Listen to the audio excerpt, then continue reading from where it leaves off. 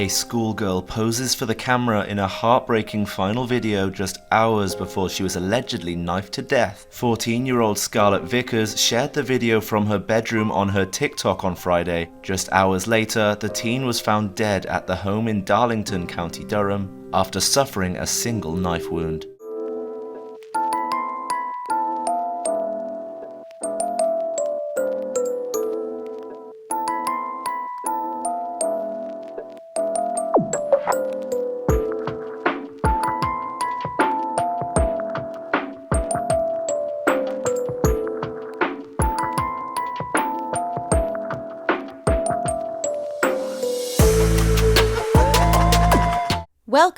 Welcome back, and thanks for being here. I'm Cassie, and this is A Wicked World. Now, if you haven't checked out A Wicked World on Patreon yet, and you want to have access to over 50 exclusive videos with new ones being added every month, then make sure you do that using the link in the description box below. The story I have for you today is about a 14-year-old girl who was fatally stabbed in her own home one night in July of 2024. And the explanation behind what happened to her was rather odd. This is the story of Scarlett Vickers.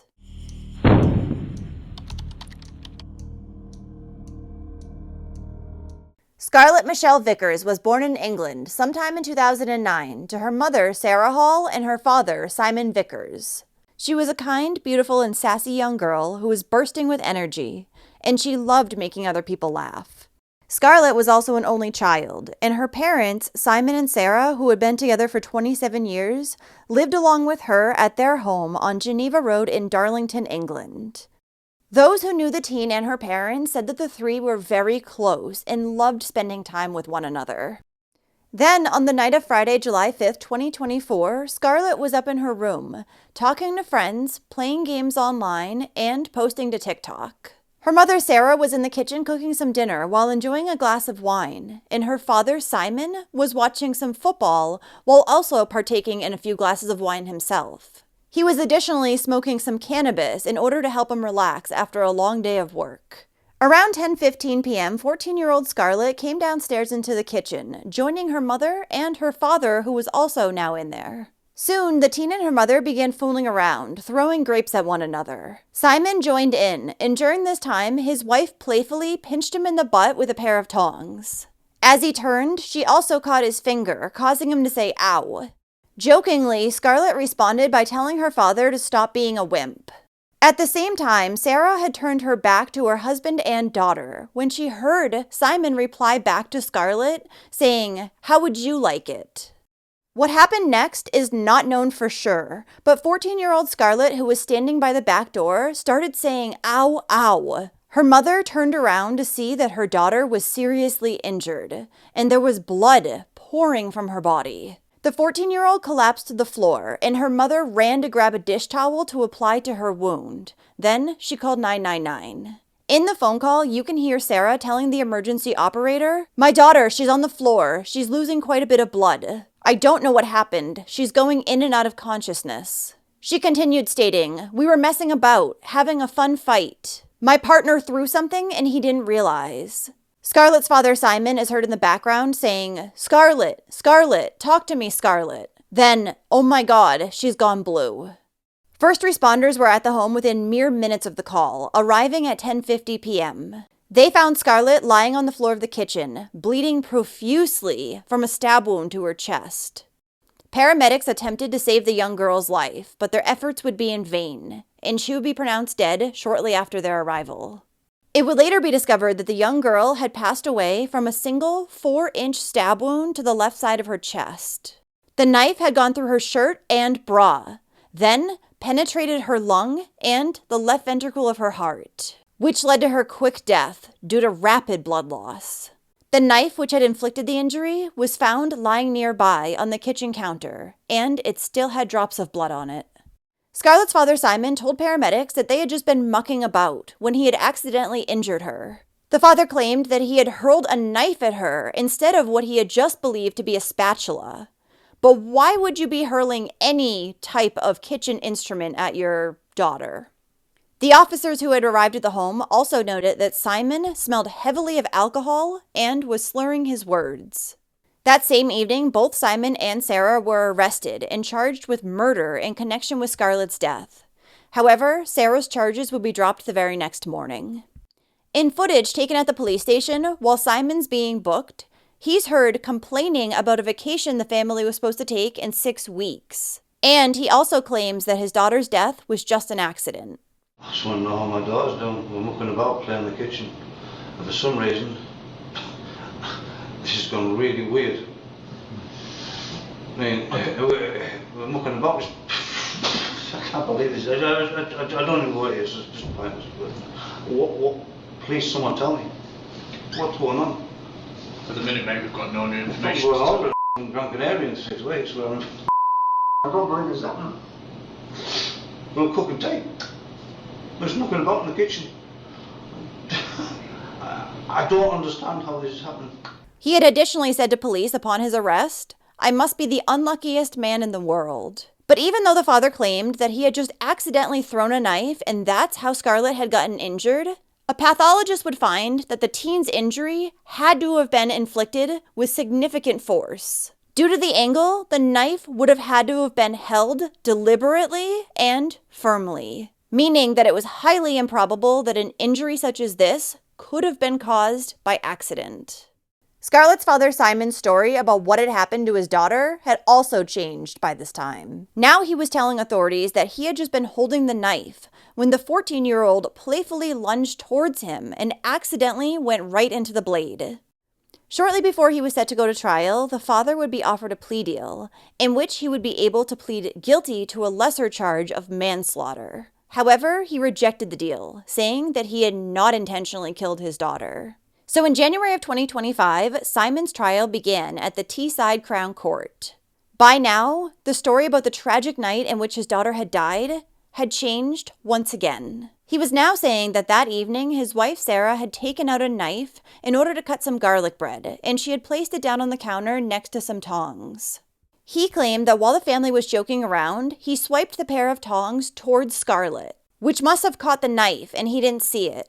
This caused the knife to fly into the air and hit the side of the stove, making it protrude from the counter. At that same moment, Scarlett moved towards her dad and ran into the blade. Simon's wife Sarah was supporting this new version of events too. She was firmly standing by her husband and was adamant that Scarlett's death was just an accident because Simon would never intentionally harm their daughter. It was the prosecution's viewpoint, however, that the father, who had had at least 4 glasses of wine that night, as well as some cannabis, had become irritated with his teenage daughter after she and her mother started throwing grapes at one another. They believed that this caused him to lose his temper, and he stabbed her. This narrative was based on the testimony of the pathologist, who said that Scarlett's wound had to have been caused by somebody firmly holding the knife in their hand and using significant force. It was also due to the fact that Simon's story had changed so many times at this point. The placement of her injury was in a downward motion, which did not fit his version of events. The court was additionally presented with the fact that when Simon Vickers was 19 years old back in 1993, he had been convicted of wounding with intent after a knife-related incident. He was sentenced to 2 years in jail for this. Simon was also said to have had several other convictions in his past, 6 in total, but the details of the events from which they stemmed are unknown. The thing is, authorities found that the family had never had social services involved in their lives. And even though police had examined the mother and father's cell phones after Scarlett's death, they found no concerns about the teen's home life. During his trial, Simon would testify in his own defense. And he spoke about how becoming a father was the best feeling he'd ever had, and that he and Sarah had been trying to have Scarlett for years after his wife had previously suffered a miscarriage. He also claimed that his daughter was very spoiled by both him and her mother. While on the stand, Simon would say, "The police have assumed that I have held a knife and stabbed my daughter, which is something that just would not happen. Why would I harm my daughter? If someone held a gun to my head and told me to stab my daughter, I would be shot." Also speaking in his defense was his wife, Sarah. She would describe her, Simon, and Scarlett as an inseparable trio, and they had dubbed themselves the 3 S's. She said that they loved each other very much and her husband had always treated their daughter well. He was a very hands-on dad and he always put Scarlett's needs first. Sarah would additionally later state that it was absurd to think that her husband had killed Scarlett in a moment of rage, as he never had flashes of anger. She said, "I was there that night. There were no arguments. There was no temper, no shouting." But after a 10-day trial and 13 hours of deliberation, jurors would find Simon Vickers guilty of murder, with the jury being at a 10-2 majority. He would later be sentenced to life in prison with a minimum of 15 years. You have been found guilty of the murder of your daughter, Scarlett Vickers, on the 5th of April 2024 in your family home. She was just 14 years of age, a normal, healthy young girl with a long life ahead of her when it was cut short by you. She died in the kitchen of her own home within minutes of having been stabbed. It went from an ordinary, happy family Friday night to tragedy within seconds due to what must have been your loss of temper. There is no other plausible explanation. You have never given a truthful explanation of what happened. Scarlett lived with you, her father and her mother, your partner of 27 years, Sarah Hall. There has been no evidence found to suggest you had anything other than a normal, loving family life. This was a Friday night. After work, you'd smoked some cannabis and drunk some wine. I'm satisfied, given the evidence, you drank more than the 3/4 of a bottle of wine or 4 glasses that you've said you drank. Exactly what then happened, only you know. Scarlett said, "Ow, ow," and Sarah Hall turned to see her standing there injured. There was no knife in her, because I'm satisfied you'd taken it out as part of the stabbing motion. It would not have been possible for Sarah Hall to have missed it, unless it was already back on the kitchen surface where you placed it and where it was later noted to be when the paramedics arrived. I have no doubt that you had hold of the knife before, during, and after Scarlett was stabbed. The approximate wound tract was about 11 centimetres. But the knife also had to pass through a fluffy nightgown, top, and bra. And this was not the result of trifling force. The stabbing to the heart caused blood loss into the chest cavity, and it's this blood loss that caused her quick death. To stab Scarlett, you must have been close to her. She was also stabbed in part of her chest, normally protected by the arm. After being stabbed, Scarlett stood in the area close to the back door before she collapsed. As Sarah Hall said, the last thing she must have seen was panic on your faces. For the grave offence of murder, there is only one sentence by law that I can pass, and that is imprisonment for life. The clock cannot be turned back. You must now face the consequences that the law dictates.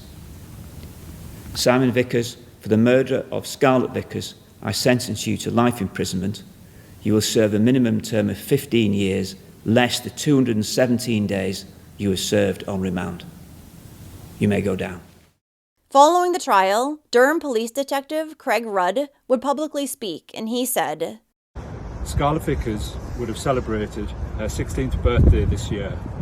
She had a whole life ahead of her. Yet it was cruelly cut short by her own father, a man who was meant to protect her. We may never know why or what caused Simon Vickers to do what he did that night. And sadly, today's verdict will not bring Scarlett back. But he will now face the consequences of his actions. I would like to thank my investigation team for their tireless efforts in getting justice for Scarlett, and the community for their cooperation and understanding while we carried out our inquiries. Our thoughts remain with those who cared about Scarlett. Shortly after his trial, Simon's case would get referred to the Court of Appeals, as it was said that his 15-year sentence was unduly lenient. However, just a few days ago, on May 15, 2025, a judge ruled that his sentence was fair, and he decided not to increase his time behind bars. Scarlett's mother, Sarah Hall, has only been back to the home where her daughter's stabbing occurred a few times since that awful night. She also now goes to visit Simon in prison, though she says that visitation can be difficult, as he's being held at Gartree Prison, which is 174 miles away from where Sarah now lives. The mother also claims that the testimony from the pathologist, which states that her husband had to have been tightly gripping the knife as it entered Scarlett's chest, is erroneous. So she is now actively pursuing ways to challenge his conviction and secure his release, including seeking out a new pathologist to scrutinize Scarlett's injuries. On the afternoon of Saturday, July 13th, 2024, Scarlett's family, friends, and community members gathered together at a park in Darlington to honor and pay tribute to the 14-year-old girl. During this time, the group released red and purple smoke, as well as balloons, in Scarlett's memory. The teen's friend Charlie, who attended the event, said, "She was always nice to everyone. She was kind and didn't deserve what happened to her." A memorial tree was also unveiled in Darlington for Scarlett Vickers, which gave her family and friends a space to remember the teenager, tying loving words and cherished memories to its branches.